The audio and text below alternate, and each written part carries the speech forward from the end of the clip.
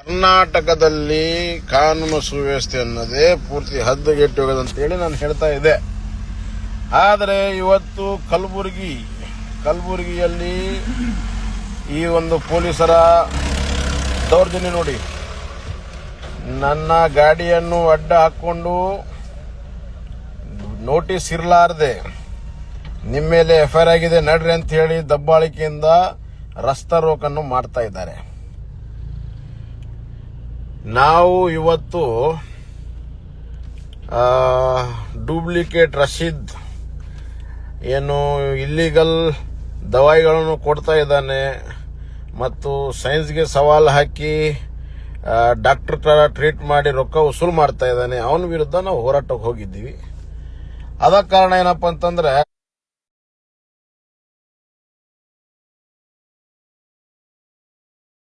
ಬಂದು ಸವಾಲ್ ಮಾಡುವಂತದ್ದು. ನೋಟಿಸ್ ಕೊಡ್ರಿ, ಬರ್ತೀನಿ ನಾನು. ಸ್ಟೇಷನ್ ಬರಲ್ಲ ವಿತೌಟ್ ನೋಟಿಸ್. ನಾವು ಬರಲಿಲ್ಲ. ಇಲ್ಲ, ನೀವು BNS ದಾಗ ನೋಡ್ರಿ, ಓದ್ರಿ, ಓದ್ಮೇಲೆ ಹೇಳ್ರಿ ನಮ್ಗ. ಇಲ್ಲ, ನೀವು ನಮ್ಗ ಆರ್ಗ್ಯುಮೆಂಟ್ ಮಾಡಬೇಡ್ರಿ ಪ್ಲೀಸ್. ದಯವಿಟ್ಟು ನೋಟಿಸ್ ಕೊಡ್ರಿ, ನಾನು ಬರ್ತೀನಿ. ಎಲ್ಲಿಗೆ ಬಂದ್ರೆ ಬರ್ತೀನಿ.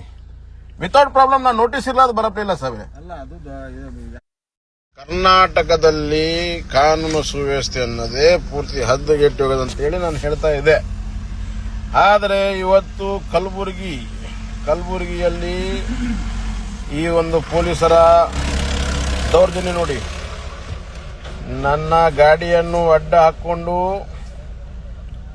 ನೋಟಿಸ್ ಇರಲಾರದೆ ನಿಮ್ಮ ಮೇಲೆ ಎಫ್ಐಆರ್ ಆಗಿದೆ ನಡ್ರಿ ಅಂತ ಹೇಳಿ ದಬ್ಬಾಳಿಕೆಯಿಂದ ರಸ್ತಾ ರೋಕನ್ನು ಮಾಡ್ತಾ ಇದ್ದಾರೆ.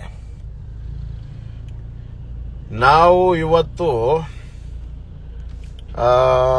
ಡೂಪ್ಲಿಕೇಟ್ ರಶೀದ್ ಏನು ಇಲ್ಲಿಗಲ್ ದವಾಯಿಗಳನ್ನು ಕೊಡ್ತಾ ಇದ್ದಾನೆ ಮತ್ತು ಸೈನ್ಸ್ಗೆ ಸವಾಲು ಹಾಕಿ ಡಾಕ್ಟರ್ ತರ ಟ್ರೀಟ್ ಮಾಡಿ ರೊಕ್ಕ ವಸೂಲು ಮಾಡ್ತಾ ಇದ್ದಾನೆ, ಅವನ ವಿರುದ್ಧ ನಾವು ಹೋರಾಟಕ್ಕೆ ಹೋಗಿದ್ದೀವಿ.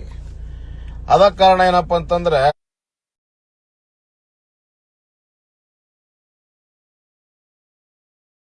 ಬಂದು ಸವಾಲ್ ಮಾಡುವಂತದ್ದು. ನೋಟಿಸ್ ಕೊಡ್ರಿ, ಬರ್ತೀನಿ ನಾನು. ಸ್ಟೇಷನ್ ಬರಲ್ಲ ವಿತೌಟ್ ನೋಟಿಸ್. ನಾವು ಬರಲಿಲ್ಲ. ಇಲ್ಲ, ನೀವು BNS ದಾಗ ನೋಡ್ರಿ, ಓದ್ರಿ, ಓದ್ಮೇಲೆ ಹೇಳ್ರಿ ನಮ್ಗ.